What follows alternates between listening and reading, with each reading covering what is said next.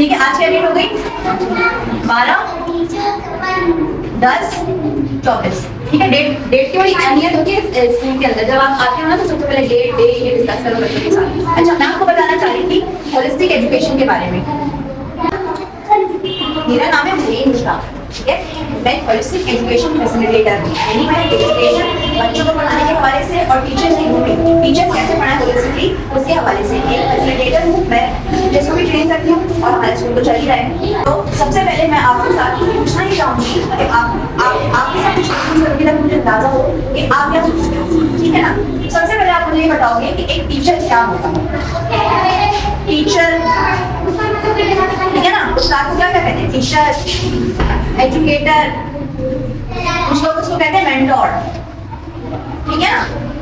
तो मुझे नहीं पता कि इन टर्म्स का मतलब आपको सही से पता है कि नहीं पता, लेकिन आप मुझे आज बताओ कि आप क्या समझते हो कि टीचर, एजुकेटर, मेंटोर, उस्ताद क्या होता है आपकी नजर में। आप स्टार्ट अपना नाम बताइए, अपने बारे में थोड़ा सा बताएंगे और बताइए ये उस्ताद, एक उस्ताद क्या होता है, उसकी ड्यूटी क्या होती है? उस्ताद की ड्यूटी, मैम उस्ताद की ड्यूटी यही होती है कि बच्चों को सही से गाइड करें और जो बच्चों को सिखाए, बच्चों को भी चाहिए कि वो उस्ताद की सुने। ये ना हो कि मैं टीचर पढ़ाए बच्चा ना सुने, लेकिन आपको भी चाहिए कि आप सही तरीके से पढ़ाएं बच्चों को। और पेरेंट्स को भी मैं ख्याल रखना चाहिए कि वो भी पढ़ाए, अपने हिम्मत दे के वो भी पढ़ाएं।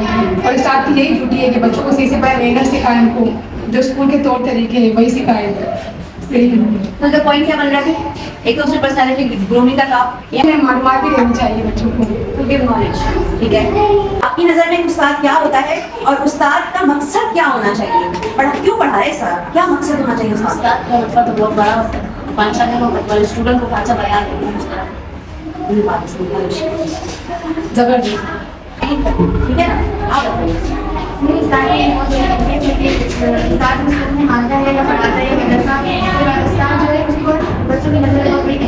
जहन को शेप करे, यानी हमारे ये मकसद नहीं है कि बच्चे को पढ़ाए, बच्चे को नॉलेज दे, नहीं, हमें उसका जहन बनाना है। हम मेंटोर्स हैं, हम एजुकेटर्स हैं, हम फैसिलिटेटर्स हैं, हम गाइड हैं। हम चाहें तो हम बच्चे को खुद से कुछ बना सकते हैं, हम चाहें तो बच्चे को लकीर का फकीर बना सकते हैं। एक लकीर ऐसी जैसे बेटा ये चलो चलो चलो चलो चलो चलता हुआ बच्चा वहाँ पहुँच जाए, हमें ऐसे नहीं करना। हमने बच्चे के अंदर एक ऐसी चीज इनपुट करनी है जिससे उसके अंदर एक सोच का जाविया पैदा हो। मैं यहाँ पे आपके बच्चों से क्वेश्चंस करती हूँ कि बेटा ये सिचुएशन है, इसमें आप अगर होंगे तो क्या करेंगे? तो उनके अंदर सोच पैदा करनी है। क्या है? उसको कहते हैं क्रिटिकल थिंकिंग, ठीक है। उस्ताद एक फैसिलिटेटर है जो बच्चे के जहन को बनाता है, यानी उसको गाइड करता है। तो बच्चा ये हमेशा कहता है कि help me to do it, help me, मेरी मदद करो इस काम को करने में। वो ये नहीं कहते ये काम मुझे करके दे दो या मेरा हाथ बटा दो, मुझे सिखाओ ये कैसे करना है, मेक मी लर्न। तो उस्ताद की क्या होती है रिस्पॉन्सिबिलिटी? लर्निंग को फैसिलिटेट करता है। क्या करता है? फैसिलिटेशन का क्या मतलब है? सहूलतकार, वो इजी करता है चीजों को, बच्चों के लिए आसान बनाता है ताकि बच्चा उस चीज पे आगे क्या करना है। देखो एक स्टेप है, हमने उसको ए सिखाया, ठीक है, हमने उसको ए की आवाज सिखाई, ए बताया, दूसरी आवाजें सिखाई। अब हम उसको बोलेंगे कि ये वाला जो है ना हमारा एप्पल है, ठीक है ना, ये हमारा एप्पल है। अब उसकी पहली आवाज क्या है? तो उसको बच्चे को सोचने दो ना कि एप्पल की सबसे पहली आवाज कौन सी है और आखिरी आवाज क्या है। चीजों को सोचने दो उनको। जब उनके अंदर क्रिटिकल थिंकिंग पैदा होगी, इसी उम्र से अगर हमने उसको ये पढ़ाना शुरू कर दिया, सिखाना शुरू कर दिया, तो बच्चा आगे सोचने के काबिल होगा। उसको ये मालूम होगा कि मुझे सोचना है, सोल्यूशन निकालना है चीजों का।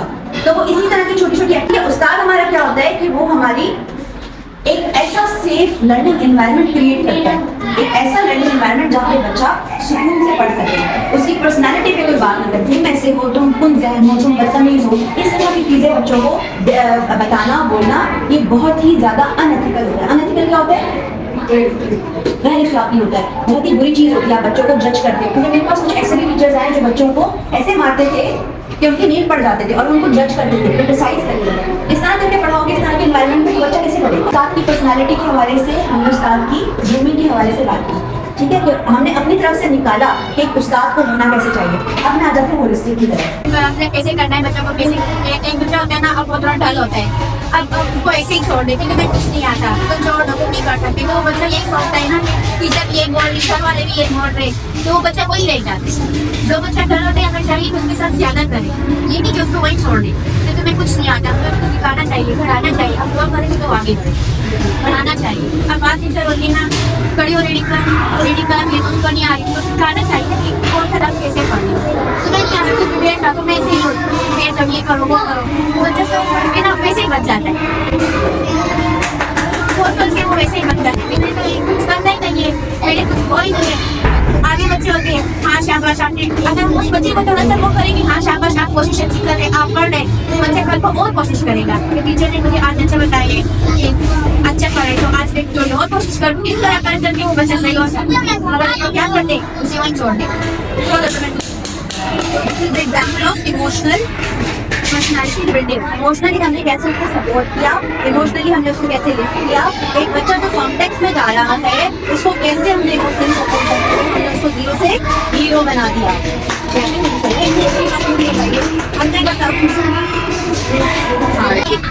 मैंने समझ आया है तुम्हें इमोशनल बजाएगा तुम इसको शेयर करना चाहो सोशल के हवाले से भी इनके साथ बातें की हैं इंटेलेक्ट के हवाले से भी बातें की तो बच्चों के लेक्चर पर्सनालिटी बिल्डिंग कैसे कर सकते हैं तुम कैसे अपनी क्लास के लेक्चर पर्सनालिटी बिल्डिंग क्लास के बच्चे को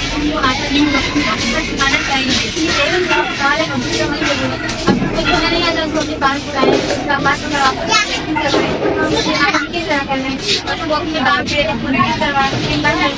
काम को सही करें हमें बच्चे को आ रहे हैं वो कुछ कर रहा है और दूसरे बच्चे को नहीं आ रहा है उसको देख रहे हैं उसको बुलाएं दिमाग से हाथ लगा के देख रहे करवाएं सीखना ऐसे नहीं कि एक बच्चे काम कर से काम छोड़ दे तो ऐसे नहीं कर सारे बच्चों को एक बराबर रखना चाहिए सबको एक ही तरह सिखाना चाहिए एक को सिखा रहे और दूसरे को नहीं सिखा रहे इस तरह सारे बच्चों को एक ही तरह सिखाना चाहिए अब जिस तरह जो बच्चे को नहीं आ रही उसको अपने पास बुला के उसके साथ प्यार से बात करके उसको सिखाना चाहिए उसको भी आगे बढ़ाना चाहिए ठीक है बहुत अच्छी सोच है आपकी के बच्चे को किसी में लेफ्ट ओवर नहीं रखना चाहिए हमें बच्चों को आगे रखना चाहिए वैल्यूबल कैसे होता है एक अच्छी सोच है कि भाई लेफ्ट ओवर कोई बच्चा नहीं होना चाहिए लेकिन जिसमें थोड़ा सा हमारा फिजिकल आ गया कि बच्चे को बुलाओ उसको लिखना नहीं आता मतलब लेकिन इसमें इंटेलेक्चुअल का कोई सीन नहीं मैं सारी इंटेलेक्ट को हाई साइड नहीं बात निकल आई इंटेलेक्ट को डिफाइन करो नहीं चीज निकाल के लाओ इसमें क्रिटिकल थिंकिंग आ रही है इनोवेशन आ रही है इनोवेशन क्या होता है क्रिटिकल थिंकिंग तो हमने 10 दफा बोल दिया अभी इनोवेशन के हवाले से बात करें इनोवेशन कैसे लेकर आएंगे बच्चों को इनोवेशन क्या होती है इनोवेशन एक नई जिद्दत जहन में लाना कि भाई तुम नए तरीके से इस काम को करो ऐसी कोई चीज सोचो मैं आपको टाइम देती हूँ आप मुझे बताएंगे सोशल पे कौन बात करेगा अच्छा आप इसमें सोचो अल्लाह की बात होगी सोशल मामला है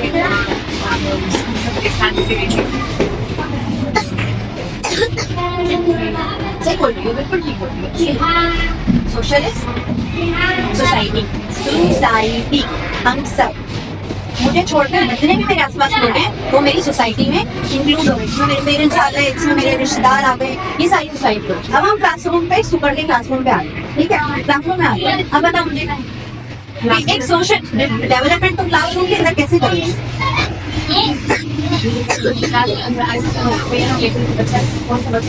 कैसे पढ़ना है अच्छा है तो अच्छा है तो बुरा है तो अच्छा बनाने सही कह रही सब बच्चों के साथ बराबरी दिखाएंगे ठीक है बराबरी होनी चाहिए रिलेशनशिप अच्छी बिल्ड होनी चाहिए सही कह दो आगे हमें बच्चे के अंदर अच्छी करना चाहिए हाँ ऐसा क्या बच्चा इसमें है इससे बहुत फैसिलिटी मैडम मेरी ने हमें समझाया है वर्कशॉप करवाई है बहुत अच्छी करवाई है हमें एक गाइड भी किया है मालूमात भी है और ये भी समझाया कि आप पढ़ा कैसे सकते हैं बच्चे को और हमने ये सीखा है तो और भी हम कोशिश करेंगे कि वो गर्ल्स भी आए यहाँ और भी गर्ल्स सीखे लर्न करें कोशिश करें और ये वर्कशॉप इंशाल्लाह हमारी होती रहेगी नेक्स्ट टाइम